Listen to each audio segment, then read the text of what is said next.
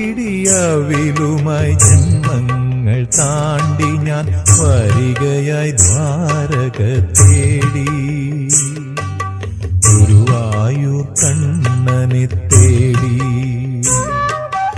അഭിഷേകവേളയാണെങ്കിലും നീയപ്പോൾ അടിയനു വേണ്ടി നട തുറന്നു. അഭിഷേകവേളയാണെങ്കിലും നീയപ്പോൾ അടിയനു വേണ്ടി നട തുറന്നു.